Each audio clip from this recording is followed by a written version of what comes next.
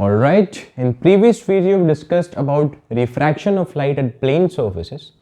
Previously I had decided to complete this entire unit of optics in a single video. But since the previous video was a bit long, so I decided to complete these 3 chapters that are of a single unit optics, that is refraction of light at plane surfaces, refraction through lenses. We will discuss about 2 lenses only. In 12th standard, you will discuss about different varieties of lenses, 6 types, 7 types, 8 types of lenses. But here we will discuss about 2 types of lenses. And the third chapter is about spectrum.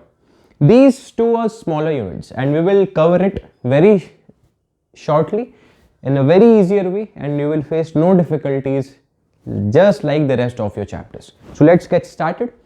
When we discuss about refraction through lenses, what are lenses actually? First of all, lenses are made up of mirrors. Like there are 2 kinds of lenses. One lens is known as diverging lens and the other lens is known as converging lens. Alright. So there are 2 kinds of mirror. Alright. What we actually do, we take 2 mirrors, 2 spherical mirrors, and we place them in this order, and then we do one thing. In our experiment, we just cut out this part. We just cut out this part. Alright? We just cut out this part. We have taken 2 mirrors and we have placed them in such an order so that we have to cut out this remaining part, and then the left behind is known as a lens. And this lens is known as convex lens. This lens is known as convex lens. इसका एक और नाम है converging lens. Converging lens. All right. Now, if we are taking 2 mirrors in a different way, if we are placing these 2 mirrors in a different way, such that we are cutting out only this part, we are cutting out like this, just like this. If we are cutting out this part, then the left behind is a lens, and this lens is known as concave lens. This lens is known as concave lens, and we have its other name as diverging lens. As diverging lens. All right. Now, what is convex lens and how to actually remember these names? First of all, there is a different manner to remember the other names of the lenses when we will discuss it in 12th standard. But for instance, we will just focus on कि भाई अगर केव बना हुआ है, अगर गड्ढा बना हुआ है तो केव बना दो, कनकेव बना दो, और अगर फूला हुआ है, अगर इधर से फूला हुआ है तो वेक्स होगा, ठीक है, कन्वेक्स होगा. इसको बाई कन्वेक्स, बाई कनकेव भी बोलते हैं. ये सारी चीजें 12th स्टैंडर्ड में आती है, बट अभी के लिए हम इतने पे संतुष्ट हैं. Now, why are we naming it as converging or diverging lens? There must be some solid reasons behind it, right? भाई साहब, हाँ, एक लड़का पीछे वाला कंफ्यूज हो गया है, कंफ्यूज आ गया है. What is actually happening with this guy out there? Why is speaking English, man? हाँ भाई ICSE से हो, है ना, इंग्लिश तो आनी, अंग्रेजी तो आनी चाहिए ना छोरे, ढंग से सुन लेना भाई. मैंने बताया ना, स्पोकन चल रहा है आजकल. हाँ, स्पोकन थोड़ा सा प्रैक्टिस किया जा रहा है, स्पोकन इंग्लिश. ध्यान से सुनना कि कनकेव लेंस और कन्वेक्स लेंस में what are the major differences. और ये है, ध्यान से सुनना कि भाई ये एक ही बार बता रहा हूँ मैं, ठीक है, जो आप रट लेते हो कि खट खट खट खट खट खट खट खट, वो चीज़ कैसे हो रही है. आपने पिछले चैप्टर में रिफ्रैक्शन पढ़ा, जो लाइट ऐसे आ रही है, ढंग से सुनना, ठीक है. अब अगर यहां पर मैं अगर एक नॉर्मल बनाना चाहूं, आप समझो, नॉर्मल बनाना चाहूं तो नॉर्मल ऐसे बनेगा, हाँ या ना, नॉर्मल ऐसे बनेगा, परपेंडिकुलर. अब light, this is air and this is what, this is air and this is what, glass, ठीक है, कहीं ना कहीं ग्लास ही है. तो टुवार्ड्स द नॉर्मल ये बेंड करेगा, टुवार्ड्स द नॉर्मल. इसको जाना चाहिए था सीधा, लेकिन जाएगा टुवार्ड्स द नॉर्मल. मैंने बोला यस, यू एब्सोल्युटली करेक्ट. अब यहां पर नॉर्मल बनाओ. अब यहां से वो कहां जाना चाहिए, टुवार्ड्स द नॉर्मल या away from the normal. Obviously इसको सीधा जाना चाहिए था, लेकिन सीधा नहीं जाएगा क्योंकि रिफ्रैक्शन होगा ना सर, तो ये अवे फ्रॉम द नॉर्मल जाएगा. एंड दैट्स वाई आप देख रहे हो लाइट सीधी आई और भाग गई. That's how same thing will happen with the other रे, कि सर ये गया और ये निकल गया सीधा। हम इस बीच वाली चीज को जो मैंने आपको तोड़ के समझाया हर बार नहीं देखते। आप देख रहे हो कि लाइट की जो रेज आ रही हैं वो डाइवर्ज हो चुकी हैं, अलग अलग रास्ते जा चुकी हैं, and that's why it is named as diverging lens. अब ध्यान देना कि कन्वर्जिंग का मतलब क्या हुआ, जस्ट सेम, ठीक है, जस्ट सेम। आपको उसी प्रोसेस से जानना है, बेसिक से, ठीक है, जहीं भी कंफ्यूजन हो जाए बैक टू बेसिक्स। यहां पर फिर से आपको यहां पर नॉर्मल बनाना, ढंग से देखना यहां पर नॉर्मल कैसे बनेगा। नॉर्मल कुछ ऐसे बनेगा, मैंने बोला यस। नाउ रेयरर से डेंसर, ठीक है, रेयरर से डेंसर तो टुवार्ड्स द नॉर्मल बेंड करेगा, टुवार्ड्स द नॉर्मल बेंड करेगा। वंस अगेन नॉर्मल के टुवार्ड्स तो नहीं बेंड करेगा, away from the normal bend करेगा। सीधा जाना चाहिए था लेकिन away from the normal bend करेगा। क्यों सर? क्योंकि डेंसर से रेयरर जा रहा है। सेम थिंग यहां पे भी होगा कुछ ऐसे, और लाइट के रेज यहां पर कन्वर्ज हो गए, ठीक है, कन्वर्ज हो गए, किसी एक पॉइंट पे कन्वर्ज हो गए, and that's why these lenses are also known as converging lens. ठीक है, बहुत इसमें छोटी सी बहुत कम चीजें हैं जो आपको ध्यान में रखनी है। भले आपके किताब में बहुत सारा अगर बता रखा हो, don't give up about it, alright, बहुत कम चीजें, अब ध्यान से सुनना, ठीक है। प्रीवियस ईयर सारे कर देंगे हम लोग। अब ढंग से देखना क्या कह रहे हैं।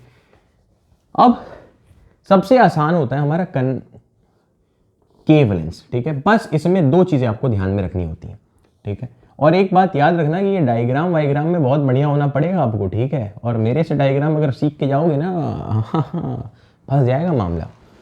देखो, आपको एक चीज मैं आपको सिखा दूंगा, पहले कन्वेक्स को क्लियर कर लेते हैं क्योंकि मोटा पार्ट है यहाँ पे, ठीक है, और इसी से बहुत सारे सवाल आए, बहुत सारे, ठीक है। कन्वेक्स को पहले क्लियर कर लेते हैं, ठीक है, ढंग से सुनना, बहुत ढंग से सुनना। मैंने आपको जैसे बताया कि सर ये दो सर्कुलर मिरर या फिर स्फेरिकल मिरर से बना हुआ है। अब इस मिरर का जो सेंटर होता है ना, इस मिरर का जो सेंटर ऑफ कर्वेचर है ना भाई, अब वहीं इनके लिए ये जो है वो 2f बन जाता है। This 2f is actually what? Center of curvature. This 2f is actually what? Center of curvature. These names are important.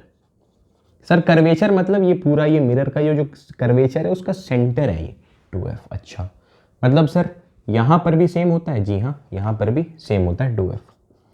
वैसे ही इसके आधे पे आ जाओगे तो f आ जाएगा। ये सर f क्यों आ रहा है ये? ठीक है, ये f ही होता है सर फोकस, ठीक है सर, फोकस। सर इसको फोकस क्यों नाम दिया? आते हैं उसमें, no issues in that. Focus इसलिए नाम दिया क्योंकि इन्फिनिटी से जो लाइट आएगी पैरेलल, इन्फिनिटी से जो भी लाइट आती है उसे हम पैरेलल मानते हैं। यहां पर ये लेंस में बच्चे इसलिए फंसते हैं जो पहली बार पढ़ रहे होते हैं, उनको थोड़ा सा कंफ्यूजन होता है, बट वास्तव में चीजें बहुत आसान करूंगा मैं आपको। भले ये चैप्टर हम बहुत जल्दी खत्म कर सकते थे, मैं चाहूं तो आपको ये 10-15 मिनट में पढ़ा दो, लेकिन थोड़ा सा समय लेंगे ताकि आपको घुल जाए अच्छे से चीजें। ढंग से सुनना, ठीक है। मैं मान के चलता हूं कि आप नहीं जानते ये सारी चीजें।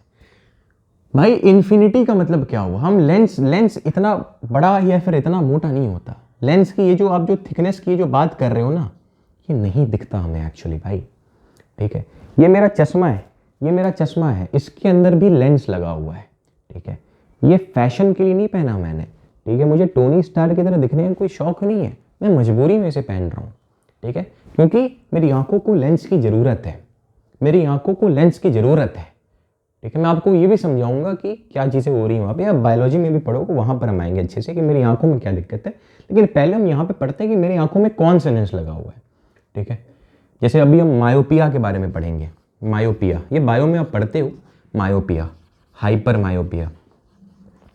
तो जिसके आंखों पर चश्मा लगा होता है ना, और थोड़ा सा वो जनरली अवेयर होता है, जिसके अंदर जनरल अवेयरनेस होती है, वो अपना पावर जानता होता है। जैसे मेरे पास मायोपिया है, तो मायोपिया का मतलब होता है कि आपको दूर का धुंधला दिखता है, ठीक है। मायोपिया मीन्स कि आपको दूर का धुंधला दिखेगा, और हाइपर मायोपिया का मतलब होता है कि आपको पास का धुंधला दिखेगा। और मोस्टली ये 40 से ज़्यादा जब एज हो जाता है लोगों को, तो उसमें हाइपर मायोपिया नॉर्मल हो जाती है कि पास की चीज़ धुंधली लगने लगती है। मायोपिया को हम शॉर्ट साइटेडनेस भी बोलते हैं, शॉर्ट साइटेडनेस। अब मैं बता रहा हूँ दुखती नस आपकी। हर बार आप मायोपिया भले आपको याद हो जाएगी, हाँ सर मायोपिया मतलब दूर का मुझे नहीं दिखेगा, हाइपर मायोपिया मतलब पास का नहीं दिखेगा, लेकिन आप फंसोगे कहाँ पे, शॉर्ट साइटेडनेस में। आपकी जो पीओवी बनी हुई है, आपकी जो पॉइंट ऑफ व्यू है वो नेगेटिव हो चुकी है, और इसीलिए आपको शॉर्ट साइटेडनेस जब लिखा जाता है तो आपको लगता है कि शॉर्ट का दिखाई नहीं देता। आपकी पीओवी इतनी नेगेटिव हो चुकी है कि जहां भी आपको ये शॉर्ट साइटेडनेस है मतलब शॉर्ट का दिखाई नहीं देगा। नहीं भाई, शॉर्ट साइटेडनेस का मतलब शॉर्ट का दिखाई देगा, दूर का नहीं दिखाई देगा। ये पीओवी बदल लोगे दिक्कत खत्म हो जाएगी। मुझे फिक्स है कि आप में से 100 अच्छे बच्चे बढ़ रहे हैं ना, 90 को यह होगा कि भाई शॉर्ट साइटेडनेस मतलब हाँ शॉर्ट का खराब है, दिक्कत है। नहीं भाई, शॉर्ट का ही दिखेगा। शॉर्ट साइटेडनेस मतलब मुझे बस शॉर्ट का दिखता है, ठीक है, शॉर्ट विजन। और हाइपर मायोपिया मतलब लॉन्ग, ठीक है, लॉन्ग साइटेडनेस, ठीक है। क्या ये बात क्लियर हुई आपको? अभी मैं यहां पर आऊंगा, किसी का पावर जैसे -7 हो गया भाई साहब, किसी का 1.5 हो जाता है, किसी का 2.5 हो जाता है माइनस, और वहीं किसी का +2.5 हो गया, किसी का +1.5 हो गया। अब ये प्लस और माइनस क्या डिनोट कर रहा है वो हम आएंगे अभी भाई, वो यहीं से आता है, लेंस से ही आता है, ठीक है। Let us discuss. अब आ जाओ यहाँ पे कि सर लाइट की रेज आ रही है, यहां पर है, बहुत बढ़िया। अब क्या भाई, मैंने क्या बोला कि लेंस छोटी सी चीज है, और इन्फिनिटी का मतलब हरदम ये नहीं होता, एक दिमाग में डालो, इन्फिनिटी इनफाइनाइट डिस्टेंस जब हम सोच बोलते हैं ना तो हमें लगता है हाँ यहां से चले जाओ सूरज के पास, वो डिस्टेंस इनफाइनाइट है। नहीं भाई इनफाइनाइट इज समथिंग जो कि आप पीओवी के ऊपर डिपेंड कर रहा है, आपके पॉइंट ऑफ रेफरेंस के ऊपर डिपेंड कर रहा है, ठीक है, आपके पॉइंट ऑफ रेफरेंस के ऊपर डिपेंड करता है, आपके फ्रेम ऑफ रेफरेंस के ऊपर डिपेंड कर रहा है। क्या चीज? Infinite distance. अगर एक चींटी को मैं पकड़ लाऊं और उसके सामने मैं अपना हाथ भी रख दूं ना, तो उस अगर एक चींटी बेचारी ऐसे खड़ी है, उसको मैंने यहाँ पे रखा हुआ है, उसके सामने ये हाथ भी रख दूं तो उसको भी लगेगा कि भैया ये इनफाइनाइट डिस्टेंस तक ये इसका डिस्टेंस है। समझ रहे हो? It's just about frame of reference. क्या ये बात क्लियर हुई? मतलब सर अगर मैं इस लेंस की बात करूं और मैं कहूं कि सर इनफाइनाइट से रेज आ रही हैं, लाइट रेज आ रही हैं, इट जस्ट मीन्स कि सर कोई पार्टिकल हो सके तो खिड़की के बाहर हो और वो पेड़ हो, और भाई जस्ट इन केस अगर कोई पेड़ है तो सर यहां से जो लाइट रेज आती हैं, कन्वेंशन मानते हैं कि सर वो इनफाइनाइट, अगर इनफाइनाइट डिस्टेंस से लाइट रेज आ रही हैं तो they will be parallel to principal axis. अब ये जो एक्सिस है जिसपे सारी चीजें हम देख रहे होते हैं उसका नाम दिया जाता है प्रिंसिपल एक्सिस। क्या ये बात क्लियर हुई? मैंने बोला ऑल एब्सोल्युटली। अब जब यहां पे लाइट आएंगी, मैंने क्या बोला, कन्वर्ज तो करेंगी ही, कन्वर्ज तो करेंगी, दिस इज ट्रू, लेकिन कहां पर, सवाल यहीं पे है। तो यहां पर थोड़ी सी चीजें हैं जो आपको याद रखनी पड़ती हैं, लेकिन मैं एक तरीका बताऊंगा जिससे चीजें बहुत आसान हो जाएंगी। मैं इनफाइनाइट से चलते चलते, ऑब्जेक्ट मेरा इनफाइनाइट पे है अभी, ठीक है, ये ऑब्जेक्ट मेरा इनफाइनाइट से चलते चलते मैं फोकस से आगे तक लाऊंगा और चीजें क्लियर हो जाएंगी। समझना, इमेज कब बनता है? जब लाइट रेज कन्वर्ज करती, ठीक है, इमेज कब बनता है? जब लाइट रेज कन्वर्ज करती।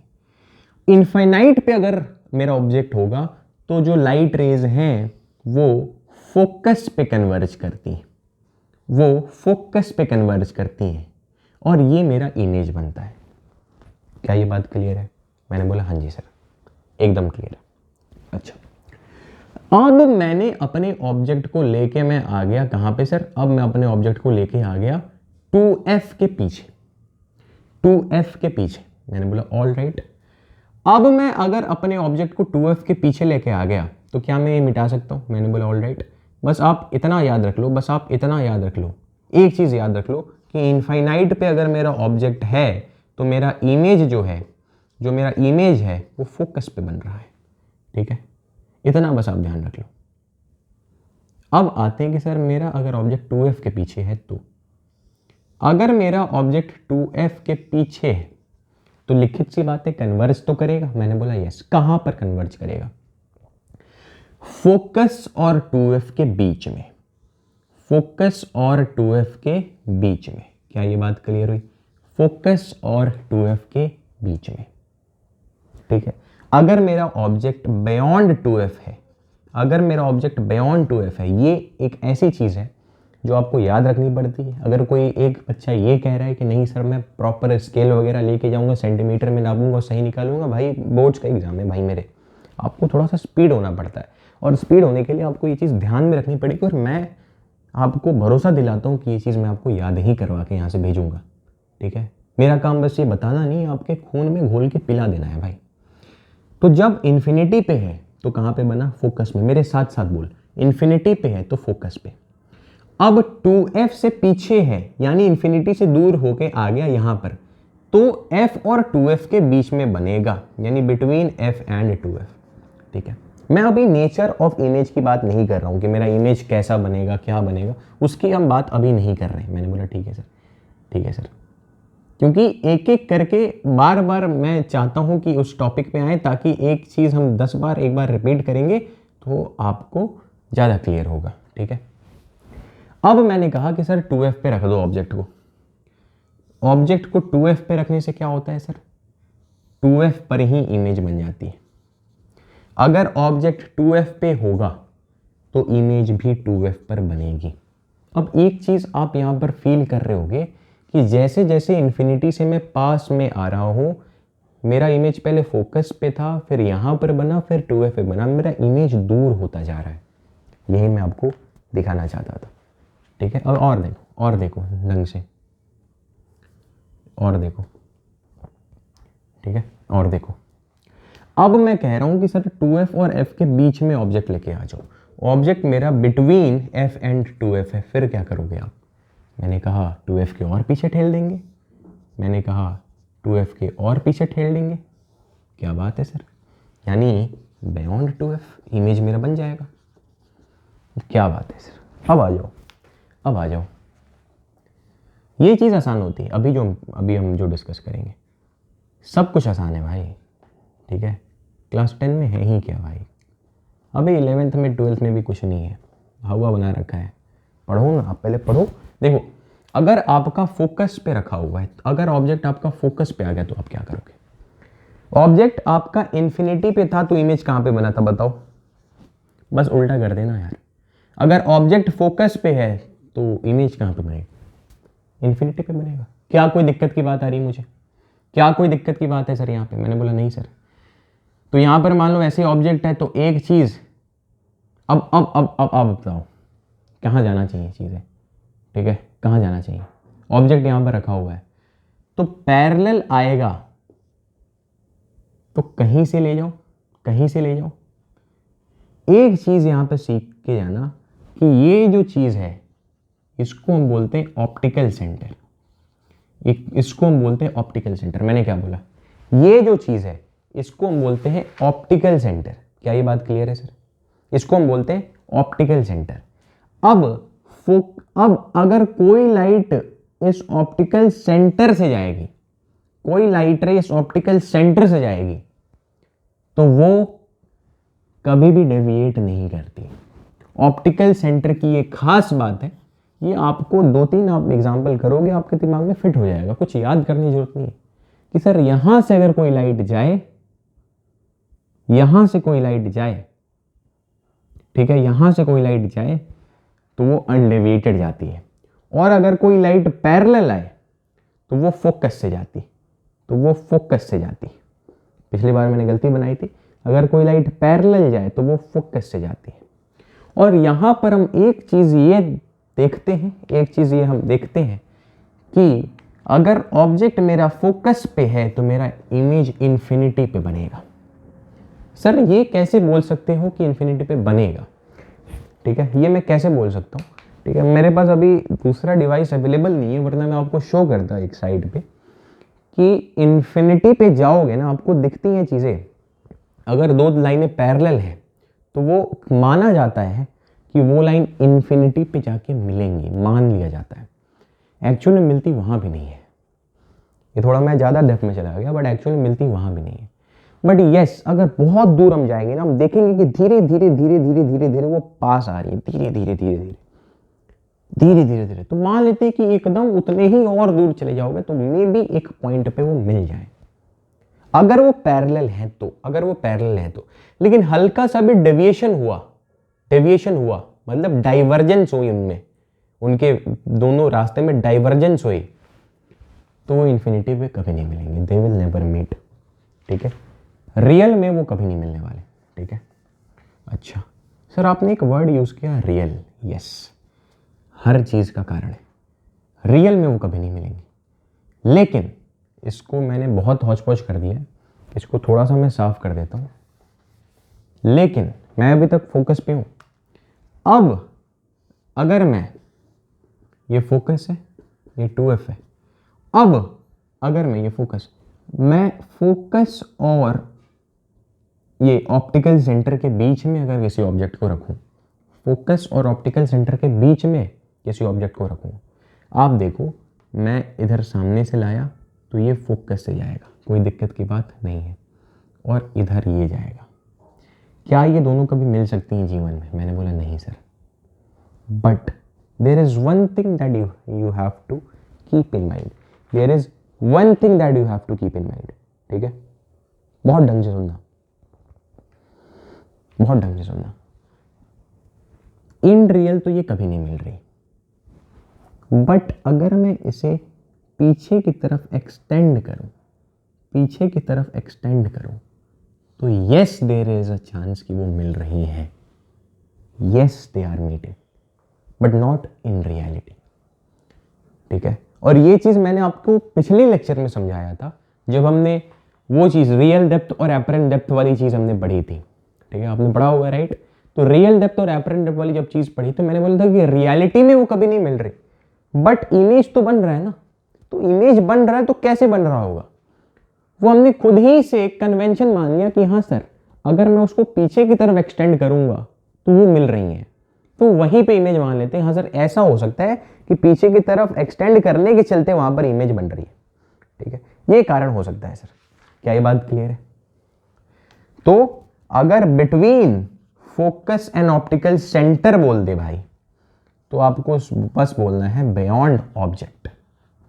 ठीक है, ऑब्जेक्ट के पीछे। अब कहां पे, एफ पे, 2F पे, वो नहीं पता, वो नहीं पता, लेकिन ऑब्जेक्ट के पीछे, this is the object and this is the image. अब मैंने रियल की बात कर दी, तो यहां पे आ जाओ नेचर ऑफ इमेज पे। नेचर ऑफ इमेज पे सर, नेचर ऑफ इमेज, नियत। ठीक है, इमेज कैसा होगा, सॉरी नियत नहीं, इमेज कैसा होगा आप समझो। जब लाइट रियल में मिल रही थी, कब तक लाइट रियल में मिल रही थी? आप सामने सामने ये जो एक्सटेंड कर रहे हो ना, यानी लाइट रियल में नहीं मिल रही। मतलब सर इस पॉइंट से, इस टॉपिक से पहले तो हर जगह लाइट रियल में मिल रही थी, असलियत में मिल रही थी, इसको मुझे एक्सटेंड बैक करने की जरूरत नहीं पड़ी, राइट। तो हर जगह यहां पर रियल इमेज बन रहा है, हर जगह, हर केस में, इसमें भी, इसमें भी, इसमें भी, इसमें भी रियल इमेज बन रहा है। ठीक है, रियल इमेज बन रहा है, एक्सेप्ट दिस केस। यहां पर रियल में, यहां पर रियल में इमेज, रियल में जो लाइट रेज नहीं मीट कर रही, इसको एक्सटेंड किया है हमने, तो इसको हम बोलते हैं वर्चुअल इमेज। इसको हम बोलते हैं वर्चुअल इमेज। क्या ये बात क्लियर है आपको? मैंने बोला हाँ जी।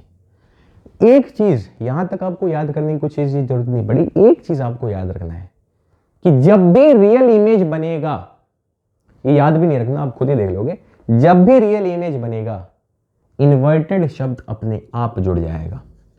इन्वर्टेड शब्द अपने आप जुड़ जाएगा, इन्वर्टेड यानी उल्टा, यानी उल्टा। अब आता हूं कि मैं ये क्या बोल रहा हूं, इसकी जरूरत नहीं पड़ेगी हमें।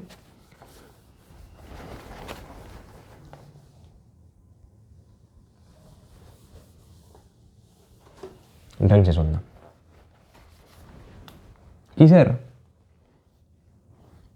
स्टार्टिंग से फिर से वही केस पे आते हैं, और ये आखिरी बार नहीं है। ठीक है, अब बस सुनते जाओ। ठीक है, ढंग से सुनते जाओ, यहीं पे याद होगा भाई। ठीक है, सब कुछ हम करेंगे, सब कुछ। सर पहला केस था कि बियॉन्ड 2F है। अब मैं ऑब्जेक्ट को मानता हूं कि ऑब्जेक्ट के पास एक हाइट है। पहले मैंने ऑब्जेक्ट को पॉइंट माना था, अब मैं मानता हूं ऑब्जेक्ट के पास हाइट है, क्योंकि अब मैं नेचर ऑफ इमेज की बात करने वाला हूं। अब ऑब्जेक्ट मेरा अगर 2F से पीछे है, तो मैंने क्या बोला कि सर, सॉरी 2F से पीछे नहीं, अगर इन्फिनिटी पे है, तो इन्फिनिटी से जब रेज आ रही है तो वो फोकस पे बन रहा है। और मैंने बताया कि इन्फिनिटी से अगर लाइट आए तो इमेज आपका फोकस पे बनता है, और एकदम पॉइंट, एकदम इस प्रकार से लाइट रेज कन्वर्ज करती हैं, एकदम पॉइंट, तो एकदम छोटा सा पॉइंट डायमेंशन का बनता है, ठीक है। अगर इमेज की मैं साइज की बात करूं तो पॉइंट डायमेंशन का बनता है, और उसी को हम बोलते हैं हाईली डिमिनिश्ड, ठीक है, हाईली डिमिनिश्ड इमेज। क्या ये रियल है? हाँ जी। क्या ये इन्वर्टेड है? रियल होगा तो इन्वर्टेड लिखित है भाई, रियल होगा तो इन्वर्टेड लिखित है कि होगा ही होगा, ठीक है। ऑलराइट, अच्छा अब आगे बढ़ो।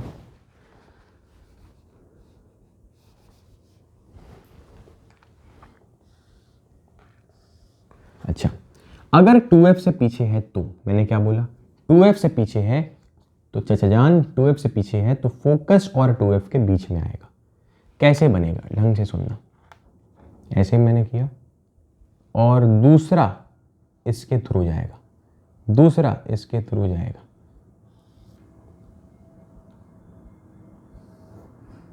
ठीक है, यहां पर बनेगा। क्या ये बात क्लियर है सर? मैंने बोला हाँ जी सर। क्या आप एक चीज देख सकते हो कि सर साइज इंक्रीज हो गया, ठीक है, ठीक है। मैंने पहले ही बताया था, मेरे पे डायग्राम पे भरोसा मत करना, डायग्राम आप खुद से करना। क्या आप एक चीज देख रहे हो कि साइज इंक्रीज कर रहा है? मैंने बोला हाँ जी सर। यानी सर थोड़ा सा मैग्नीफाइड होगा, थोड़ा सा मैग्नीफाइड होगा। क्या मैंने सही बोला? मैंने बोला एकदम सही सर। हाँ, थोड़ा सा मैग्नीफाइड होगा, इन्वर्टेड होगा, रियल होगा, बहुत बढ़िया। अगर 2f पे रख दूं तो, अगर 2f पे रख दूं तो कहां बनेगा? जल्दी से बताओ सर। 2f पे रख दोगे तो 2f पर ही तो बनता है। मैंने बोला एकदम। और एक और चीज याद रख लो यहीं पे कि सर 2f पे रख दो तो 2f पर ही बनता है, और उसके साथ साथ एक और चीज याद कर लो कि 2f जैसा ही बनता है।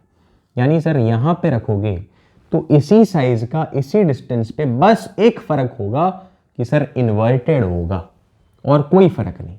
बाकी आप रेज ऑफ लाइट आप ऐसे मिला लो कि सर हाँ ऐसे बन रही है, ठीक है। मैं जो कभी भी मैं एक चीज़ में अपने आप को मानता हूँ कि मेरा वो है, मेरे को कभी भी एक कन्वर्ज करने में बड़ा दिक्कत होता है, ठीक है। मेरा डायग्राम इतना घटिया हो जाता है ना, आप बस ऐसे कर लो कि ये कुछ इस प्रकार से, चलो देखो। अबे भाई इंसान करना चाहे तो पहाड़ तोड़ दे भाई, हल्के में ले रहे हो क्या? लो भाई, लो भाई, ले भाई, 2f पे रखा हुआ है, एक रे ऑफ लाइट जाएगी और दूसरी रे ऑफ लाइट जाएगी। मैं 2f पे बनाना है ना, मैंने 2f पे बनाना है तो ऐसे ले जाओ भाई, और ऑब्जेक्ट, अरे साला ले भाई, अपना ही बोर्ड है, समझ रहे हो? ये लो 2f भाई, ठीक है, और ये लो भाई, और ये 2f बना दो यहाँ पे। उसीलिए इसको पेंसिल से बनाया जाता है, ठीक है। ये रही बात। क्या बात सही है? थोड़ा सा साइज में डिफरेंस नहीं, मैं थक गया भाई, बट भाई मैंने पहले ही बताया था मेरे से बस मान लो ना भाई कि अगर 2f पर है तो 2f पर ही बनता है, उसी साइज का बनता है। बुक में डायग्राम देख ले भाई थोड़ा सा, ठीक है। ये सवाल पूछते हैं, मैं प्रीवियस ईयर कराऊंगा आपको, चिंता मत करो। लेकिन ये क्लियर हो गया कि 2f पर है तो 2f पर ही बनेगा, सेम साइज का। बस एक फर्क, क्या सर? इन्वर्टेड। अगर बिटवीन f एंड 2f है तो, अगर बिटवीन f एंड 2f है तो, मैंने क्या बोला? पीछे ठेलते जाना है, पीछे ठेलते जाना है, पीछे ठेलते जाना है। अगर यहां पर है, पहले मैंने इन्फिनिटी से फोकस पे था, 2f से पीछे था तो इन दोनों के बीच था, 2f पे था तो 2f पे पहुंच गया, इसके आया, अब 2f से भी पीछे चला जाएगा, यानी एक्चुअली में यहां पे बनेगा और बड़ा। तो आपको सिंपली लिखना है। अब किस प्रकार से बनाओगे आप, ये आपकी वो है, ऐसे। क्या बात है यार, बहुत सही। ये देखो, ये बात भाई, ठीक है। ये बियॉन्ड 2f, ठीक है, ये लाइट रे हमारी होगी। सिंपल भाई, इस प्रकार से 2 लाइट लगानी है आपको, तो बियॉन्ड 2f बनता है, इनलार्ज्ड होता है, इनलार्ज्ड या फिर मैग्नीफाइड, दोनों एक ही शब्द है। बड़ा हो गया, ठीक है। इन्वर्टेड ऑब्वियसली भाई इन्वर्टेड ही होगा। अब मैंने अगर फोकस पे रख दिया तो देखो, फोकस पे रख दिया तो एक लाइट गई फोकस से और एक लाइट गई इधर, दोनों हैं पैरेलल, यानी इन्फिनिटी पे बनेंगे, और इन्फिनिटी पे बहुत बड़ा साइज बनता है, इन्फिनिटी पे हाईली मैग्नीफाइड साइज बनती है। क्या ये बात क्लियर है? हाईली मैग्नीफाइड, बस मैग्नीफाइड लिख दोगे नंबर कट जाएगा भैया, हाईली मैग्नीफाइड लिखना। और फोकस और ओ के बीच में है तो मैंने पिछले बार ही बताया, आपने बस एक चीज़ यहाँ पे ऐड करनी है, एक चीज़ ऐड करनी है कि आपने देखा कि अगर फोकस और ओ इधर है ना, अगर यहाँ पर हमारा ऑब्जेक्ट था तो ऑब्जेक्ट के पीछे बना, लेकिन एक चीज़ मैं देख रहा हूँ कि सर ये उल्टा नहीं हुआ, यानी सर ये इरेक्ट है। ठीक है, उल्टे को हम इन्वर्टेड बोलते हैं, उल्टे को हम इन्वर्टेड बोलते हैं, लेकिन ये इरेक्ट है और लार्जर इन साइज है, और लार्जर इन साइज है। इसी को हम एक शब्द में बोलते हैं इनलार्ज्ड। क्या ये बात क्लियर हुई? इसका इस्तेमाल कहाँ होता है? जो लास्ट हमारा पॉइंट था, इसका इस्तेमाल कहाँ होता है? आपने मैग्नीफाइंग ग्लास देखा होगा, आपके घर में रखा होता है जिससे हम पन्नियाँ जलाते हैं। ठीक है, नहीं जलाते, धूप से ऐसे रख लिया, पन्नी जल गया, तो वो वाला चीज़ पहला ऑप्शन में आता है। ठीक है, अगर हमें कोई चीज़ जैसे जलानी होती है तो वो मैग्नीफाइंग ग्लास का इस्तेमाल करते हैं जिसमें कन्वेक्स लेंस लगा होता है। इससे हम इन्फिनिटी से आ रही जो सनलाइट है उसको हम पकड़ते हैं और किसी एक पॉइंट फोकस पे लाइट्स को कन्वर्ज करा के वहीं पर धूप का गोला हमारा पड़ रहा होता है और उसे हम जला देते हैं। हाथ रखोगे भाई जल जाएगा, लिखित सी बात है, कपड़े रखो भाई जल जाएगा, सारी लाइटें वहीं पे फोकस हो जाती हैं। ठीक है, तो वो चीज़ कहाँ से आती है? कन्वेक्स लेंस किस में होता है? मैग्नीफाइंग ग्लास में, पहला एग्जाम्पल। और आखिरी वाला भी एग्जाम्पल जो है वो मैग्नीफाइंग ग्लास में ही आता है। क्यों सर? क्योंकि आपको कोई चीज़ ध्यान से पढ़नी होती है, कोई टेक्स्ट लिखा है, आपको ध्यान से पढ़ना है, तो छोटी छोटी चीज़ें हैं, बारीकी आपको देखनी है, तो आप एकदम पास से ले जाते हो उसे। ये मेरा मैग्नीफाइंग ग्लास है, आप एकदम पास से ले जाते हो उसे। क्यों सर? ताकि आपका जो ऑब्जेक्ट है वो फोकस और ऑप्टिकल सेंटर के बीच में आए। उससे क्या होगा? आपको जो इमेज है वो बड़ा दिखेगा। ठीक है, भले वो वर्चुअल इमेज होगा बट आपको बड़ा दिखेगा। ऑलराइट, क्या ये बात क्लियर है? और हमारा एक ही लेंस है जो ऑब्जेक्ट जो किसी इमेज को बड़ा कर सके, एक ही लेंस है। कौन सा सर? Convex lens. क्योंकि हमारा जो दूसरा निकम्मा बेटा है जो कनकेव लेंस है, वो ऑब्जेक्ट को कभी भी उसकी जो इमेज है उसको बड़ा नहीं कर सकता, वो छोटा ही करेगा। ठीक है, वो छोटा ही करेगा भाई। और उसलिए कनकेव लेंस जो है वो हमारे कार के मिरर्स में लगा होता है। बोलते हैं ना, objects are closer than they appear, छोटे दिखते हैं, objects are larger than they appear in the image. ठीक है, क्यों? क्योंकि उसमें कनकेव लेंस लगा होता है। क्या ये बात क्लियर है? कनकेव लेंस के केवल हमें दो फंडे याद रखने हैं। एक जब इन्फिनिटी से आए तो दूर चला जाए, तो सर ये तो बड़ी दुख की बात हुई, क्योंकि वो तो कभी मिलेंगे ही नहीं। लेकिन फिर हमने कहा कि ओ सजना रुको ना, वापस आओ ना। तो देखो जहाँ पे वो कन्वर्ज कर गए उस पॉइंट को हम बोलते हैं फोकस। क्या ये बात क्लियर हुई? यहाँ पे पैरेलल रेस कन्वर्ज करते हैं, उसको हमने फोकस बोल देते हैं। तो इन्फिनिटी पे अगर हमारा ऑब्जेक्ट होगा तो इमेज हमारा जो है वो फोकस पे बनता है। क्या ये बात क्लियर है? और ऑप्टिकल सेंटर से जो दूरी है उसी को हम फोकल लेंथ बोलते हैं। अब इमेज के अगर नेचर की बात करोगे तो देखोगे एक चीज़ कि सर इरेक्ट होता है, ठीक है सर, वर्चुअल होता है, ठीक है, और दूसरी चीज़ हाईली डिमिनिश्ड होता है, ठीक है, डिमिनिश्ड होता है, हाईली डिमिनिश्ड। क्यों सर? क्योंकि पॉइंट का बन रहा है। और दूसरा जो केस है उसमें मान लो ये फोकस है, ये 2f है। अब आप कहीं भी रखो फोकस 2f, कहीं भी रखो, ठीक है, आप कहीं भी रखो, एक्सटेंड बैक करोगे, कहीं भी रखो, आपका जो इमेज है ये ऑप्टिकल सेंटर है, आपका जो इमेज है वो फोकल लेंथ पर ही बनता है। यानी आप पहला छोड़ के कि ऑब्जेक्ट इन्फिनिटी पे, उसके अलावा सारे के सारे केस में आप ऑब्जेक्ट को कितना ही मूव करा लो, आपका जो इमेज है वो between focus and optical centre या फिर एट द फोकल लेंथ होगा, ठीक है। कैसा होगा सर? इरेक्ट होगा। कैसा होगा सर? वर्चुअल होगा। इरेक्ट क्यों हो रहा है आप साफ देख पा रहे हो। और हाईली डिमिनिश्ड वाला केस इन्फिनिटी है, बाकी हर केस में डिमिनिश्ड होगा, छोटा सा होगा। क्या ये बात मेरे को क्लियर है? मैंने बोला यस सर, ठीक है जी। चलो अब आते हैं कुछ सवाल पे, चैप्टर यहीं पे समाप्त हो जाता है भाई, ठीक है, सवाल बस देख लो कुछ कुछ, अगर हो सके तो कुछ छूट गया हो, ठीक है। बोल रहा है कि you are provided with a printed piece of paper, तो इस पेपर के मदद से आप कैसे डिफरेंशिएट करो कि वो चीज कन्वेक्स लेंस है या कनकेव लेंस है। This is a very good question. अगर आपको एक ऐसा कागज का पन्ना दे दिया जाए, ठीक है, आपको एक ऐसा कागज का पन्ना दे दिया जाए, छोटे छोटे लेटर्स लिखे हो उसमें, और फिर आपको बोल दे कि सर डिफरेंशिएट करो, आपको लेंस दिया हुआ है, आपको पता करना है कि सर ये कनकेव है कि कन्वेक्स है। तो मैं कहूँगा कि सर अगर कन्वेक्स होगा तो मैं उसे पास लाऊंगा, और उसे पास लाऊंगा तो जो टेक्स्ट होंगे अगर वो बड़े हो जाएंगे, अगर टेक्स्ट बड़े हो जाएंगे तो भाई केवल एक ही लेंस बड़ा कर सकता है, वो है कन्वेक्स। लेकिन अगर छोटे हो जाएंगे तो कनकेव। क्लियर है सर? क्या ये बात क्लियर है? ठीक है। और एक और बात देख लेना ना कि अगर मैंने चीज़ें बड़ी हो गई और इरेक्ट है, अगर बड़ी हो गई और इरेक्ट है तो कन्वेक्स, लेकिन छोटी हो गई और फिर भी इरेक्ट है तो कनकेव। ठीक है, और ठीक है, बस क्लियर है। आगे देखो, और कोई ऐसा चीज़ जो मुझे बताना चाहिए? ठीक है,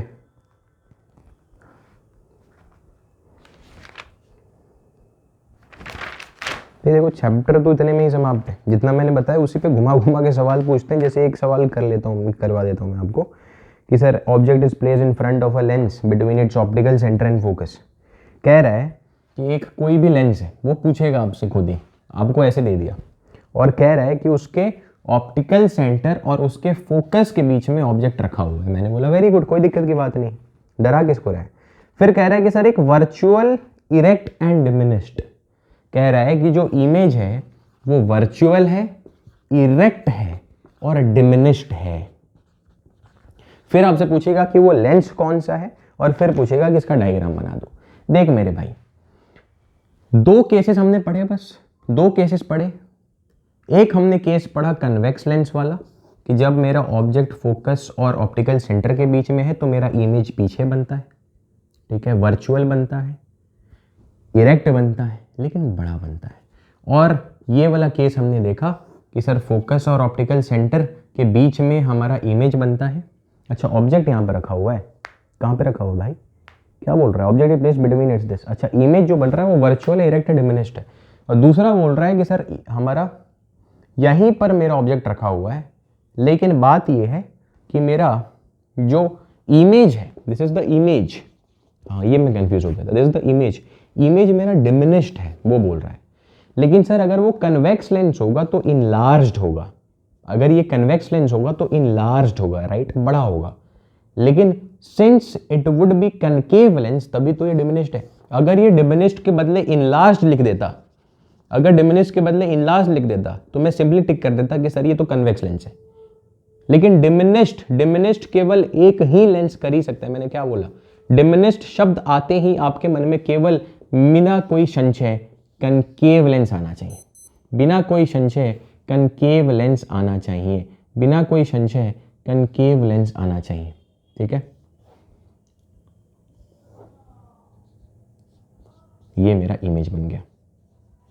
सिंपल, ड्रॉ करने को बोले तो ड्रॉ कर देना ऐसे, ठीक है, थोड़ा साफ सुथरा भाई।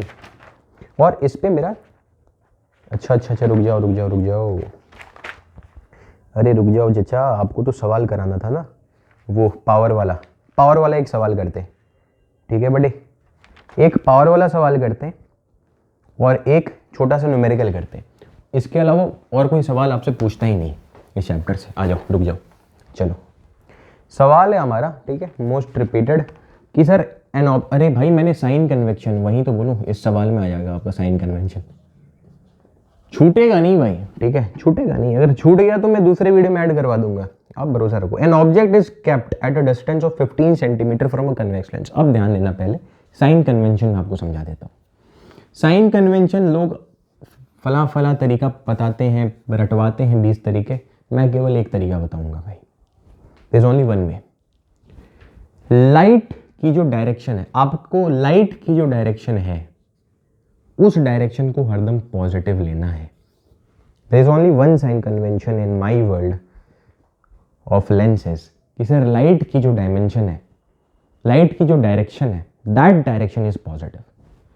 मतलब सर अगर मैं यहाँ पर कोई भी डिस्टेंस नापूंगा तो मैं भाई कोई भी डिस्टेंस आप ऑप्टिकल सेंटर से ही नापते हो, तो यहाँ पर अगर कोई ऑब्जेक्ट है तो इसको मैं कैसे डिस्टेंस नापूंगा, ऐसे ही तो नापूंगा। तो क्या ये लाइट की डायरेक्शन? मैंने बोला नहीं सर, लाइट की डायरेक्शन इधर है, तो ये जो डिस्टेंस है वो नेगेटिव हो जाएगा, एज सिंपल एज दैट। और अगर मैं हाइट की बात करूंगा, दूसरा साइन कन्वेंशन ले लो कि हाइट की बात करूंगा, तो अगर ऊपर है तो पॉजिटिव, नीचे है तो नेगेटिव। क्या ये कोई बड़ी बात है सर? क्या ये कोई बहुत खतरनाक बात है सर? नहीं। क्लियर है सर? यस, आगे बढ़ते हैं। इसी में एक और चीज आप समझ लो, जो आप मैग्निफिकेशन पढ़ते हो, इसकी जरूरत नहीं होता ना, फिर भी मैग्निफिकेशन, जो आप मैग्निफिकेशन पढ़ते हो वो होता है V बाई यू, वो होता है V बाई यू। ठीक है, मैग्निफिकेशन पॉजिटिव आता है तो नेगेटिव आता है, तो दोनों कुछ और दर्शाता है। मैं बताऊंगा, नेगेटिव आएगा तो ये बताएगा कि रियल इमेज है, पॉजिटिव आएगा तो ये बोलेगा कि सर वर्चुअल इमेज है, रियल आ गया तो इन्वर्टेड शब्द जोड़ना ही है, इन्वर्टेड, वर्चुअल आ गया तो इरेक्ट शब्द जोड़ना ही है। ये चीज़ कैसे आ रही है वो अभी इस एग्जाम्पल के माध्यम से हम समझने वाले। ठीक है, मैंने बस एक साइन कन्वेंशन बताया, लाइट की डायरेक्शन इज और पॉजिटिव डायरेक्शन। अब आओ सवाल पे। एक सवाल में चलता है मेरे दिल में, कभी तुम्हें मैं भूल जाऊं या तुम्हें याद करूं, उन्हीं के सोच के लिखता हूँ जो भी लिखता हूँ, अब लिखला हूँ तो फिर क्यों ना एक सवाल करूं। An object is kept at a distance of 15 centimetre, पता नहीं कहाँ से गाने की आवाज आ रही थी। An object is kept at a distance of 15 centimetre from a convex lens। एक कन्वेक्स लेंस से, आपको शब्द सुनते सुनते डायग्राम बना देना है। एक कन्वेक्स लेंस से डायग्राम बनाओगे नंबर ज्यादा मिलेंगे। एक कन्वेक्स लेंस से object is kept at a distance of 15 centimetre from convex lens. भाई कन्वेक्स लेंस के इधर ही तो कहीं आप ऑब्जेक्ट रखोगे। मैंने बोला यस एब्सोल्युटली। तो ये डिस्टेंस 15 सेंटीमीटर है, ऑब्जेक्ट डिस्टेंस को हम यू से मानते हैं। अब ये पॉजिटिव होगा या नेगेटिव होगा? मैंने क्या बोला, लाइट हरदम इधर से ही तो मारते हो आप। मैंने बोला यस यस, इधर से भी मान सकते हो, लेकिन इन जनरल हमारे दिमाग में ऐसे फिट होता है, तो ये डायरेक्शन हमारी पॉजिटिव होगी। अब कह रहे हैं कि object 15 centimetre from convex lens, यहां से 15 सेंटीमीटर है, यानी इस डायरेक्शन में नाप रहे हो, तो क्या ये लाइट की डायरेक्शन में है? नहीं सर, तो क्या ये नेगेटिव हो जाएगा? सिंपल भाई, कोई फंडा ही नहीं है यहां पर ज्यादा। ठीक है, और फोकल लेंथ 10 सेंटीमीटर, आपको बोल दिया कि सर फोकल लेंथ 10 सेंटीमीटर। अब कन्वेक्स लेंस का फोकल लेंथ पॉजिटिव होगा या नेगेटिव होगा? भाई अगर लाइट इधर से आएगी तो कन्वर्स तो ऐसे ही करेगी, यानी सामने की डायरेक्शन में। आप कोई भी डिस्टेंस, दूसरा मेरा साइन कन्वेंशन में पॉइंट ऐड कर लो कि सर, एक तो मैंने बताया कि इमेज का जो डायरेक्शन होगा, लाइट की जो डायरेक्शन होगी वो पॉजिटिव होगी, और दूसरा डायरेक्शन हम नापते हैं from the optical centre. Optical centre से हम डायरेक्शन को नाप रहे होते हैं। ये मतलब फोकल लेंथ को हम इस डायरेक्शन में नापेंगे, इस डायरेक्शन में, फ्रॉम द ऑप्टिकल सेंटर। तो ये डायरेक्शन क्या है? पॉजिटिव है, तो +10, हाँ या ना? मैंने बोला यस। बोल रहा है कि सर इमेज डिस्टेंस कैलकुलेट कर दो, बोल रहा है कि सर कैरेक्टर बता देना, उसकी नीयत बता दो, उसका पूरा कैरेक्टर बता दो भाई। ठीक है, उस इमेज का क्या मैं बता दूंगा? सर एक फॉर्मूला होता है, बहुत ढंग से सुनना इस फॉर्मूले को, कि sir 1/f is equals to 1/v minus 1/u। Am I clear? ढंग से सुनो, ये फॉर्मूला है लेंस के लिए। सर ये फॉर्मूला कहाँ से आया? मेरे भाई ये फॉर्मूला आप 12th में पढ़ोगे कि ये कहाँ से आया, और उसको फिजिक्स में एक शब्द बोलते हैं डेरिवेशन। क्या बोला मैंने? डेरिवेशन बोलते हैं। फॉर्मूला कहाँ से आया? बट आप ये चीज समझना कि 1/f is equals to 1/v minus 1/u is the formula that you have to remember. ठीक है, कुछ आगे पीछे नहीं करना है कि इसको इधर कर दे, इसको इधर कर दे, यू हैव टू रिमेंबर। बहुत कम चीजें मैं याद करवाता हूँ आपसे, this is one of it. ठीक है सर, अब मैंने बोला कि 1/, आपको v निकालना, इमेज डिस्टेंस, 1/f मैंने क्या बोला? +10 है। मैंने बोला very good, is equals to 1/v minus 1/u, मैंने बोला -15 है। मैंने बोला वेरी गुड। अब माइनस इंटू माइनस तो प्लस हो जाएगा, क्या मैं यहीं पे लिख दूं? क्या मैं यहीं पे लिख दूँ कक्षा 5वीं के तो छात्र नहीं है आप? मैंने बोला yes. 1/10 - 1/15 is equals to 1/v। अब यहाँ पर आप सॉल्व कर लेना। मेरी मैथ्स आप जानते हो बहुत बढ़िया है भाई। 5 2 जा 3 जा 3 जा 6 वाह, अरे क्या बात है सर, अरे क्या बात है सर, अरे मज़ा ही आ गया। v is equals to +30 centimetre. हाँ या ना? यानी सर इमेज डिस्टेंस मेरा आ गया कि सर +30 सेंटीमीटर होगा। मैंने बोला वेरी गुड। +30 सेंटीमीटर -15 सेंटीमीटर, यानी ऑप्टिकल सेंटर से अपोजिट डायरेक्शन में आना है, 15 इधर। +30 सेंटीमीटर का मतलब ऑप्टिकल सेंटर से 30 सेंटीमीटर दूर जाओगे तो यहां पर कहीं मेरा इमेज बनेगा। मैंने बोला ओके। अब इमेज का साइज वगैरह क्या होगा, इमेज का कैरेक्टर क्या होगा, आपको समझना होगा। मैंने बोला यस, समझना तो होगा सर। उसके लिए हम मैग्निफिकेशन वाले फॉर्मूले का इस्तेमाल करते हैं जो कि v/u होता है। ढंग से सुनना, v क्या है सर? +30। u क्या है? एवरी टाइम हमें साइन कन्वेंशन के साथ रखना है, -15। ये क्या हो जाएगा सर? ये हो जाएगा -2 सेंटीमीटर। सेंटीमीटर कट गया, ये दिस इज यूनिटलेस। मेरा मैग्निफिकेशन आया -2। मैग्निफिकेशन का ये जो यूनिट है वो बता रहा होता है कि सर इमेज का, ऑब्जेक्ट का जो साइज है, अगर h है तो यहां पर इस पॉइंट पे ऑब्जेक्ट का साइज 2 टाइम्स ऑफ h हो गया, मैग्नीफाइड हो गया। But this minus actually denotes कि सर इट इज इन्वर्टेड। अगर पॉजिटिव में होता तो ऊपर में से 2 लिख देते, बट नेगेटिव क्या डिनोट कर रहा है कि इन्वर्टेड है। क्या ये बात क्लियर हुई? नेगेटिव क्या डिनोट कर रहा है कि सर इन्वर्टेड है, and if it is inverted then it is real. Alright, okay. तो मैं अगर कैरेक्टर की बात करूं तो कैरेक्टर आप नहीं लिख दोगे क्या कि सर इन्वर्टेड हो जाएगा, रियल हो जाएगा, मैग्नीफाइड हो जाएगा। That is actually, to be very specific, double of its actual size. ठीक है सर, एक सवाल कराता हूं, दिल खुश होगा। ठीक है, एक सवाल कराने दो मुझे, दिल खुश ना हो जाए तो नाम बदल देना भाई। ठीक है, यस, आ जाओ।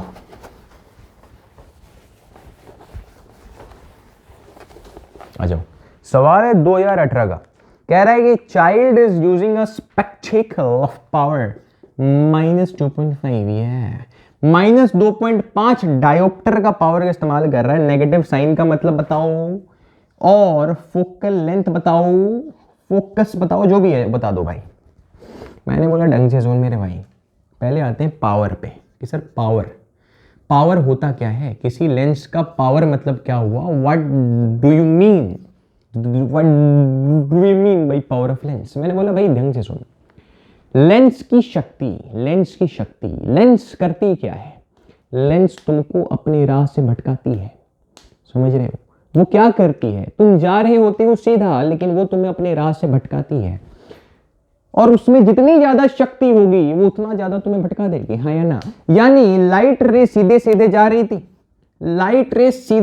रही थी, जितना ज्यादा भटका दे, जितना ज्यादा डेविएट कर दे, the amount of deviation produced by the lens is actually its power. हाँ या ना? अच्छा, ये तो चीज क्लियर होगी। मतलब भाई ये आपकी आंखों पे डिपेंड करता है ये आपकी आंखों पे डिपेंड करता है कि आपकी आंख कितना खराब हो चुकी है। ठीक है, आपको कितना ज्यादा जरूरत है लाइट को, किस पोजीशन पे। जैसे हमारा यहाँ पर वो ऑप्टिकल नर्व सारी होती है ना भाई, आप बायो में पढ़ेंगे हम कि सर यहाँ पर कहीं हमारा होता है ऑप्टिकल, वो जहाँ पर लाइट आके कन्वर्ज करती है, यहीं से सारी चीजें कंट्रोल हो रही हैं आँख के पीछे में। तो कितना मेरा आगे पीछे हो चुका है, जो लेंस वहाँ पे लगा होता है पहले से रेडीमेड ऊपर से बना के रखा हुआ, वहाँ पर अगर कुछ गड़बड़ी होती है तो हम चश्मा लगा देते हैं ऐसे, और चश्मा लगाएंगे जो ऊपर नीचे होगा उस हिसाब से लाइट उस जगह पे जाके कन्वर्ज या डाइवर्ज होके इमेज बनाएंगी।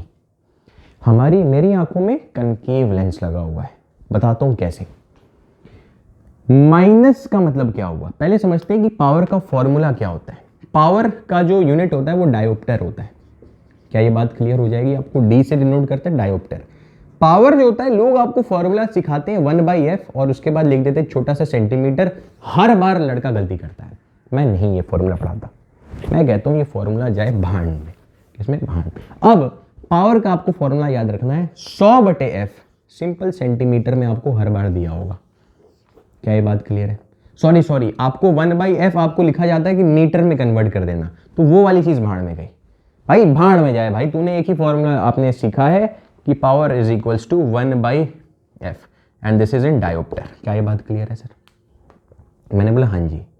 अब आपको पावर दे दिया कि sir -2.5 is equals to 100/f, तो क्या मेरा f आ जाएगा इजीली, ठीक है, 40 आ जाएगा, -40 सेंटीमीटर, हाँ या ना? आप देखो कैलकुलेट करो, ठीक है, हाँ -40 सेंटीमीटर।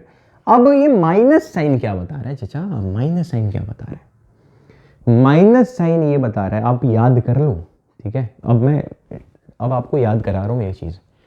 अगर मेरी आंखों पे चश्मा है तो मुझे दूर का दिखाई नहीं देता, यानी मेरे पास नेगेटिव में पावर है, ठीक है, मेरे आंखों में नेगेटिव में पावर है। मेरा कितना भी पावर हो सकता है, मैं झूठ मूठ का -0.5 लिख देता हूँ, ज़्यादा थोड़ी दिखाऊंगा, ठीक है। तो आपका कुछ भी पावर हो सकता है, पर उसमें नेगेटिव का मतलब ये हुआ कि आपको मायोपिया है, यानी आपको शॉर्ट साइटेडनेस है, यानी आपके आंखों के अंदर कनकेव लेंस लगा हुआ है। याद करना होगा भाई, ठीक है। कैसे सर याद कर लें? भाई देखना यार, कनकेव लेंस याद क्यों करोगे भाई? सॉरी, गलती से वो शब्द मेरे मुंह से जल्दी निकलता नहीं है, गलती से। कनकेव लेंस में आप समझो, क्या ये ऑप्टिकल सेंटर है मेरा? मैंने बोला yes.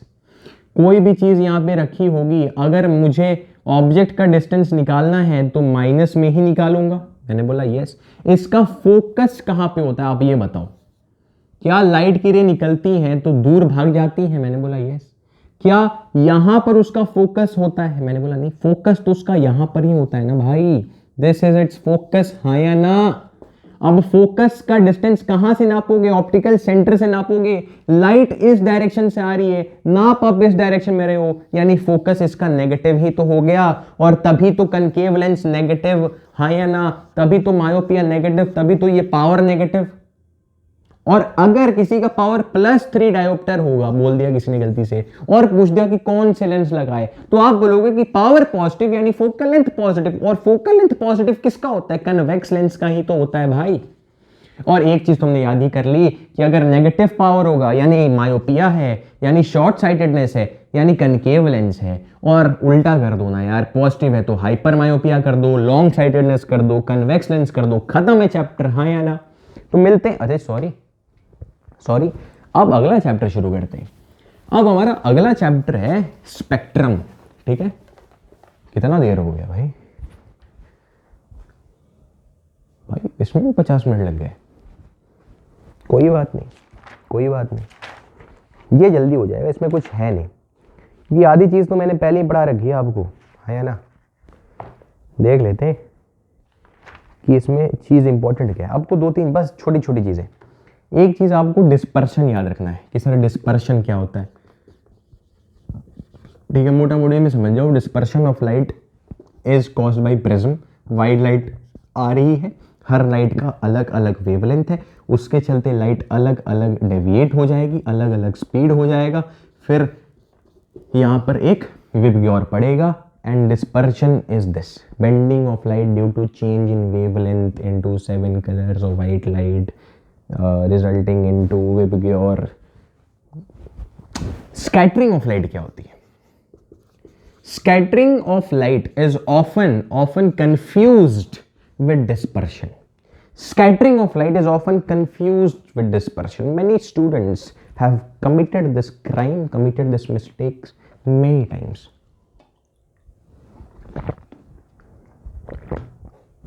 You need to make it very clear that dispersion in your syllabus is caused by prism, and it is deviation of light due to change in wavelength, due to change in medium, due to change in refractive index. The perfect definition that you require. Just draw the diagram and you are all set. VIBGYOR वाला जो मैंने पिछले video में बताया था, link कहाँ पे है सर? हाँ पता है ना, मिल जाएगा ना आपको, प्लेलिस्ट चेक कर लोगे, मिल जाएगा। स्कैटरिंग ऑफ लाइट डिस्क्रिप्शन में। स्कैटरिंग ऑफ लाइट क्या है सर? स्कैटरिंग ऑफ लाइट के चलते हमें आसमान ब्लू दिखाई देता है। पहली चीज क्या आपको समझ में आई? स्कैटरिंग ऑफ लाइट के चलते आसमान हमें ब्लू दिखाई देता है। अच्छा, आप समझो कि एक धुंध वाला मौसम हुआ है, ठीक है, बहुत ज्यादा धुंध।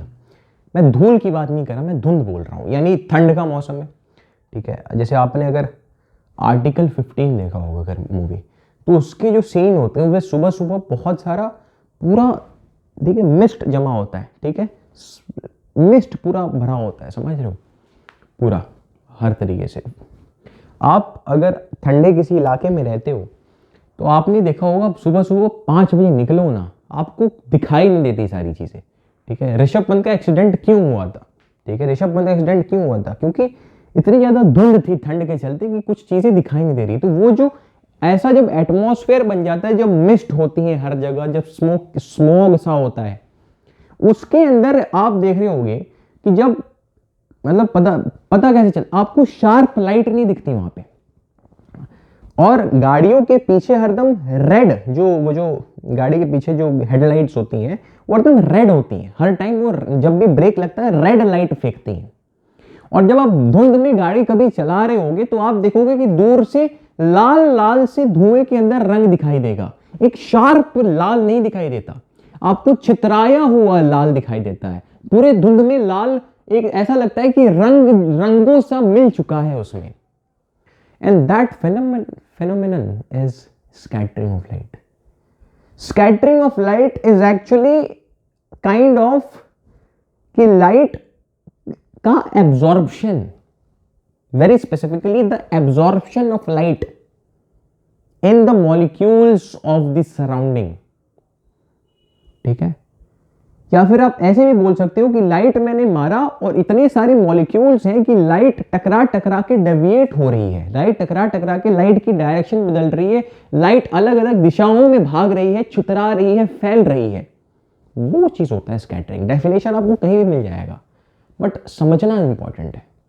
और उसी चलते आसमान में ब्लू कलर, विबग्योर आप देखोगे, लाल रंग ज्यादा छितराता नहीं है। अब यहां पर मैं आ रहा हूं कि सर विबग्योर हम पढ़ते हैं ना, विबग्योर पढ़ते हैं, मैंने ये आपको बताया था पिछले वीडियो में कि रेड का वेवलेंथ सबसे ज्यादा होता है, और रेड का वेवलेंथ सबसे ज्यादा होता है तो रेड सबसे कम डेविएट करता है, minimum deviation. And that is the absolute reason कि रेड हमारे डेंजर जोन में इस्तेमाल होता है। ये प्रीवियस ईयर क्वेश्चंस करा रहा हूं, डेंजर जोन में इस्तेमाल होता है।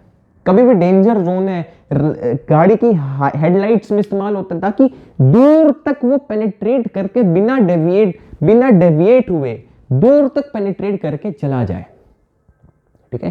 दिस इज द रीजन, ठीक है। तो रेड का सबसे मिनिमम स्कैटरिंग होता है, रेड सबसे मिनिमम स्कैटर करता है, वो इतना जल्दी एब्जॉर्ब या छितराता नहीं है जितना ये वाले तीनों 3 इडियट्स करते हैं काम। और इसी चलते विबग्योर, ये तीनों एक ही जैसा रंग है तो आसमान नीला नीला सा दिखता है, ठीक है। आप धुंध में जाओ, आप एक काम करो, कभी एक्सपेरिमेंट करना, लेजर खरीदना 2 रंगों की, एक लाल और एक नीला।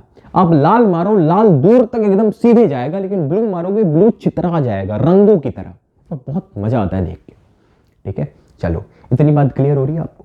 अच्छा, अब स्कैटरिंग ऑफ लाइट, ये मैंने पिछले वीडियो में भी बताया था, मैं जल्दी से बताऊंगा, यहां पर नहीं ज्यादा टाइम लूंगा, फिर भी बता देता हूँ। मान लो किसी ने पिछला वीडियो किसी को नहीं देखना होगा तो मैं बता देता हूँ। ऐसा कुछ मैं फोर्स नहीं करता कि जाके आप देखो, आप इसी लेक्चर के लिए आप यहीं देख के जाओ कि क्लासिक गड्डी XUV in my range. Is that clear to all of you?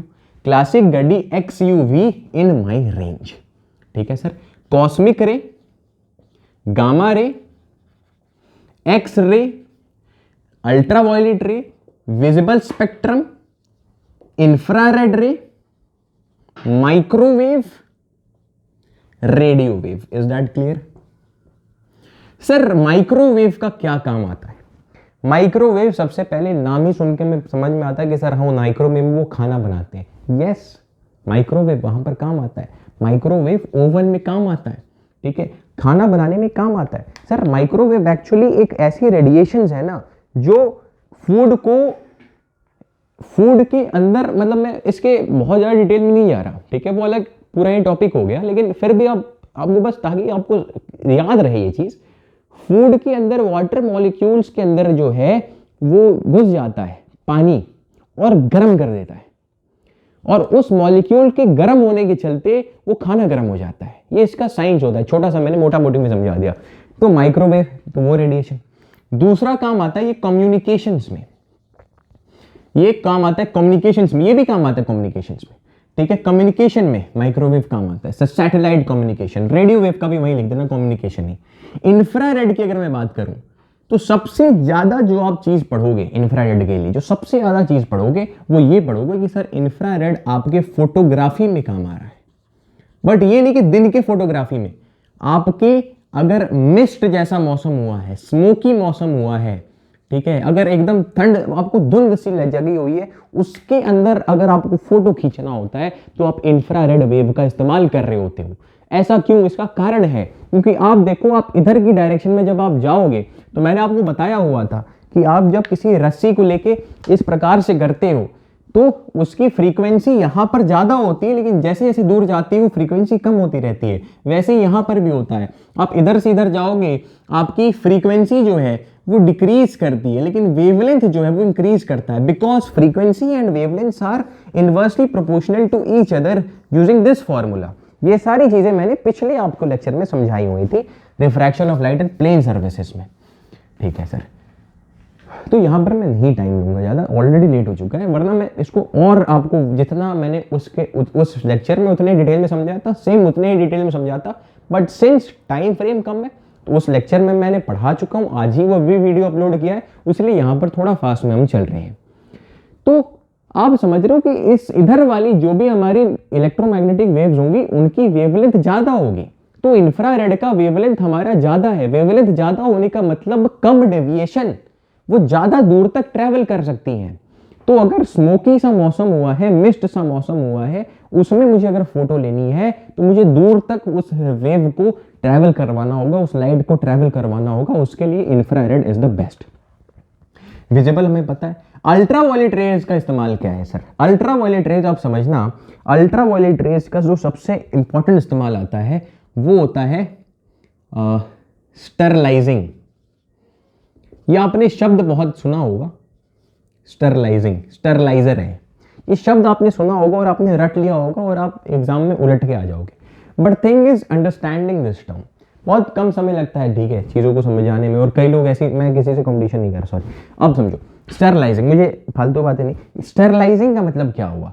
Sterilising का मतलब ये हुआ कि कोई भी चीज है उसको साफ, जैसे जेम्स होते हैं, जेम्स मतलब मोती वगैरह, जेम्स, जेम्स समझते हो ना यार, जेम्स पर गंदगी लगी हुई है, ठीक है, बैक्टीरियाज आ चुके हैं, पूरा गंदा हो चुका है, उस पे अगर मैं अल्ट्रावायलेट रेडिएशन मार दूंगा, उस पे मैं अगर अल्ट्रावायलेट रेडिएशन मार दूंगा तो वो साफ हो जाएगा, चिकना हो जाएगा, और उसी को हम बोलते हैं स्टरलाइजिंग।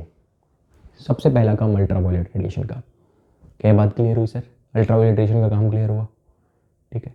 अगर कोई हमारी ऐसी बॉडी ऑर्गन है, या फिर सिंपली आप समझो ना कि अगर मेडिकल पर्पस में आप कोई ऐसे टूल्स इस्तेमाल कर रहे हो जो कि गंदा हो चुका है, उसके अंदर बैक्टीरियाज आ चुके हैं, जर्म्स आ चुके हैं, आप अल्ट्रावायलेट रेडिएशन के अंदर डालोगे उसे, सारा का सारा टूल क्लीन हो जाएगा, सारे बैक्टीरिया खत्म हो जाएंगे, वो स्टरलाइज हो जाएगा, just as it was before, as it was when it was new. Ultraviolet rays का इस्तेमाल।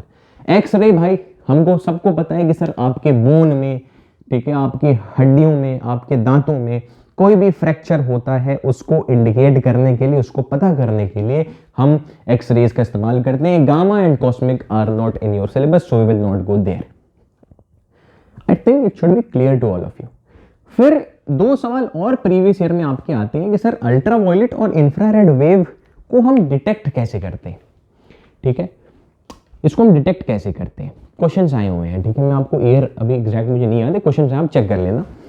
इंफ्रारेड को हम डिटेक्ट करते हैं थर्मोपाइल की मदद से, ठीक है, थर्मोपाइल की मदद से, very important, thermopile. Sir thermopile होता है, सर क्या होता है ये? जहां भी इंफ्रारेड होता है, जहां भी इंफ्रारेड रेडिएशंस होती है, वहां पर हल्का सा टेम्परेचर में चेंज आपको दिखता है, हल्का सा। ऐसा नहीं है कि हम थर्मामीटर लेके चले जाए तो हमें पता चल जाएगा, थर्मामीटर कई लोग लिख देते हैं, ठीक है, मैं उनको भी समझा रहा हूँ। देखो आपका अगर बेसिक क्लियर होगा ना, आप कभी गलती नहीं करोगे मेरे भाई। आप थर्मामीटर इसलिए नहीं लिख सकते क्योंकि ऐसा नहीं है कि 20-30 डिग्री सेल्सियस का टेम्परेचर में बदलाव आएगा अगर आप इंफ्रारेड का इस्तेमाल करोगे। ठीक है, ठीक है। जैसे इंफ्रारेड रेडिएशन का एक और इस्तेमाल होता है कि हीट जो मोशन होती है ना, जो भी मोशन हीट में हो रही है, ठीक है, हल्का सा गर्म है, जैसे लाइट, अगर हल्का सा भी लाइट लेके अगर हम ऐसे मूव करते हैं, आपने कई बार वीडियोस में देखा होगा, शॉर्ट वीडियोस में, कि लाइट को लेकर मैंने ऐसे ऐसे किया और फिर फोटो मैंने क्लिक कराया तो लाइट का जो वो है वो अपना परछाई ऐसे वाइट वाइट छोड़ के आ रहा है और वैसे बन गया। वो कहीं ना कहीं इंफ्रारेड रेडिएशन का ही इस्तेमाल है मेरे भाई, क्योंकि वो हीट डिटेक्ट कर लेता है, ठीक है, और उसका फोटो खींच पाता है। ठीक है, तो थर्मापाइल जब भी इंफ्रारेड होता है तो हीट का इन्वॉल्वमेंट हुआ, तो हल्का सा टेम्परेचर में चेंज आया, और उस हल्के से टेम्परेचर को चेंज करने के लिए हम थर्मोपाइल का इस्तेमाल करते हैं। तो अगर वहां पर चेंज आया तो हमें पता चल जाता है कि सर इंफ्रारेड का इस्तेमाल हुआ है। अल्ट्रावायलेट रेस की अगर मुझे बात करनी है, अल्ट्रावायलेट आपको पता होगा ना कि ओजोन लेयर में वहीं पर मैक्सिमम अल्ट्रावायलेट रेस को रोक दिया जाता है, ओजोन रिएक्ट करके उसको खत्म कर देता है। ठीक है, अल्ट्रावायलेट रेस को पता कैसे चले कि अल्ट्रावायलेट रेस है? Sodium chloride, first example would be sodium chloride. ठीक है, सिल्वर क्लोराइड होता है, सॉरी सिल्वर क्लोराइड। ठीक है, silver chloride, silver chloride solution हम लेंगे, उस पर अल्ट्रावायलेट रेज डालेंगे, उसका कलर चेंज हो जाएगा, सिंपल से पता चल जाएगा कि सर अल्ट्रावायलेट रेज है। अगर ये आप भूल गए तो दूसरा लिख लेना कि फ्लोरेसेंस। ठीक है, फ्लोरेसेंस, स्पेलिंग हो सके तो गलती हो, लेकिन फ्लोरेसेंस का अगर आप इस्तेमाल करोगे और फ्लोरेसेंस के अंदर से अल्ट्रावायलेट रेज को पास कराओगे, तो ये जो अल्ट्रावायलेट रे है, चमत्कारी चीज होती है, वो विजिबल लाइट के अंदर कन्वर्ट हो जाता है भाई। And that's why I said this example to, I mentioned this example to you. अगर फ्लोरेसेंस का इस्तेमाल करोगे तो अल्ट्रावायलेट रेज जो है वो विजिबल लाइट या फिर व्हाइट लाइट के अंदर कन्वर्ट हो जाता है। ठीक है, ये चीज हमें क्या क्लियर है सर? Yes sir. अब मुझे क्या आपको और बताना चाहिए?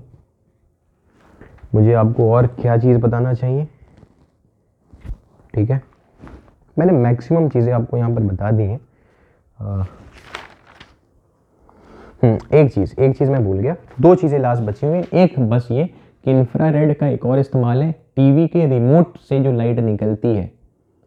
नहीं यार, इंफ्रारेड वो होगा क्या? मैंने पॉइंट तो लिखा हुआ है। ठीक है यार, टीवी के रिमोट में जो लाइट इस्तेमाल होती है वो इंफ्रारेड लाइट होती है।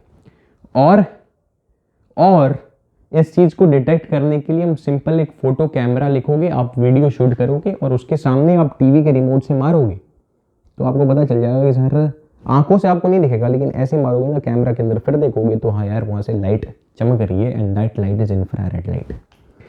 ऑलराइट, एक आखिरी सवाल हम करते हैं।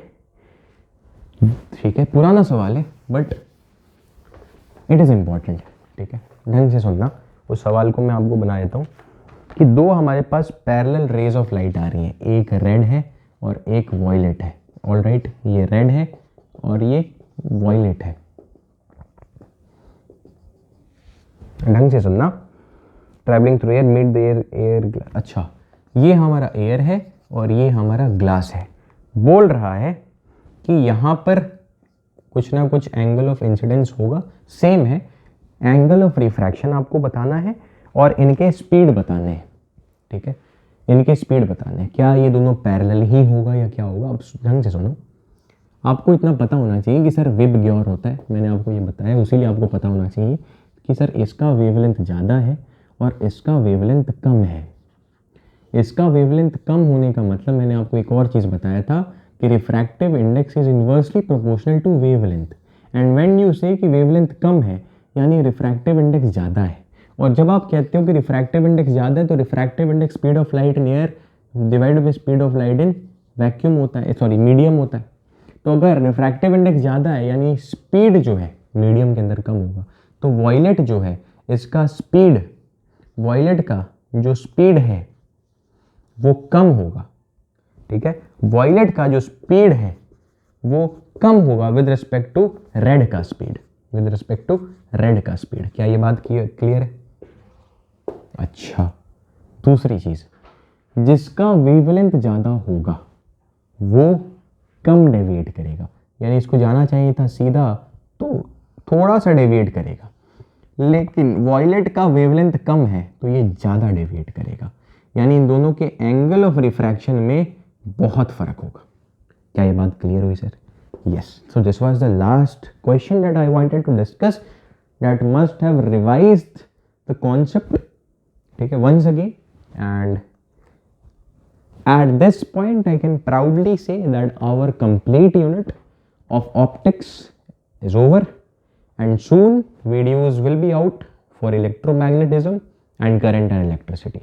रेडियो एक्टिविटी पे वीडियो मैं नहीं ला रहा क्योंकि पिछले साल वीडियो, पिछले प्लेलिस्ट चेक करोगे तो उस पर वीडियोज़ हैं, और ना ही मैं कैलोरीमेट्री पे वीडियो ला रहा हूँ।